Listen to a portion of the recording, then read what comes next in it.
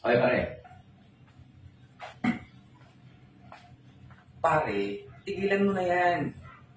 Masama yun sa katawan. Ito nakalagay sa pakete Kitang-kita mo naman, cancerous. Diba? Tigilan mo na yan. Hindi. Okay lang yan. Talaga One eternity later.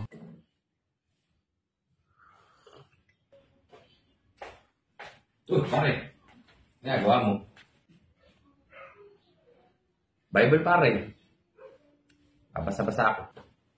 Ayos yun, han. Babasa ka nga na yung Bible. Ay, ikaw na may naninigarilyo pa din. Sayang ang pagbabasa ng Bible. Sabi sa 1 Corinthians 6, your body is the temple of the Holy Spirit. Alam ko, pare. Templo ka, pare. Templo. Kaya tigilan mo na to. Oo, templo ako. Kaya iniinsensuhan ko ang templo.